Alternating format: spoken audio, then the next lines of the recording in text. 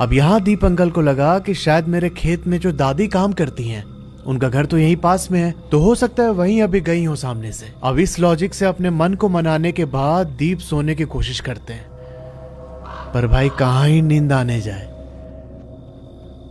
जो अचानक temperature drop हुआ था उसका क्या एक्सप्लेनेशन है इनके पास। अब जैसे तैसे उन्होंने वो रात काटी और अगली सुबह होते ही वो सीधा उस दादी के पास पहुंचते हैं जो इनके खेत में काम करती है। उन्होंने पूछा कि दादी कल रात को आप गई थी क्या उधर दीवार के पास से? तब वो बूढ़ी औरत बोलती है कि मैं इतनी रात को क्या करने जाऊंगी उधर, और अगर मेरे को जाना भी होगा तो मैं जो पूरब वाला रास्ता है उधर से घूम के जाऊंगी ना, पश्चिम से क्यों जाऊंगी मैं? जब सबको पता है कि वो उसका रास्ता है तो क्यों जाऊंगी मैं पश्चिम से? भाई साहब ये जवाब सुनने के बाद दीप के शरीर में एकदम कपकपी दौड़ गई।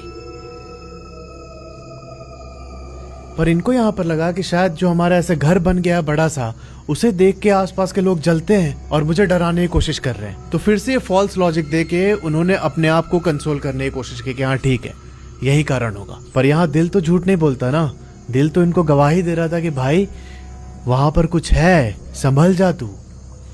और इसी चक्कर में दीप अंकल डिसाइड करते हैं कि मैं आज रात फिर से वहां पर खाट डाल के सोऊंगा और देखूंगा कि कौन है। अगर जरूरत पड़ी तो मैं बाहर जाके उसे रंगे हाथों पकड़ूंगा। और अगली रात फिर से वही चीज होती है, ये वहां पर खाट डाल के उसका वेट कर रहे थे पर कोई आया ही नहीं उधर। पर फिर तीसरे दिन जब दीप थोड़ा सा रिलैक्स हो गए कि यार ठीक है ये गांव का ही कोई होगा, मुझे डराने की कोशिश कर रहा था, ये निश्चिंत होके उस रात खाट पर सोए हुए थे।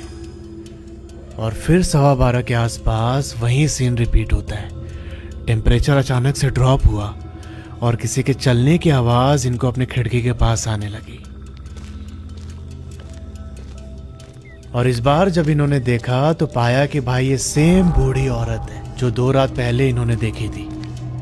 ये आवाज लगाते हैं, कौन हो तुम और मेरे घर के आसपास क्या करते रहती हो? दीप बताते हैं कि यहाँ पर वो बूढ़ी औरत उनकी आवाज सुनते ही रुक जाती है। रुक के वो पीछे मुड़ी और दीप ने पाया कि भाई उसकी शक्ल बहुत ज्यादा डरावनी थी। उसने एकदम गीली साड़ी पहनी हुई थी, ऐसा लग रहा था कि वो अभी अभी तालाब से बाहर निकल के आई है। और उसके पूरे शरीर से मछली की बदबू आ रही थी। अब कुछ सेकंड दीप की तरफ देखने के बाद बिना कुछ रिएक्ट किए वो औरत इनके घर के मेन गेट की तरफ चली गई। अगली सुबह दीप को बहुत तेज बुखार चढ़ गया और इस घटना के बाद से अक्सर दीप की तबीयत ना खराब ही रहने लगी।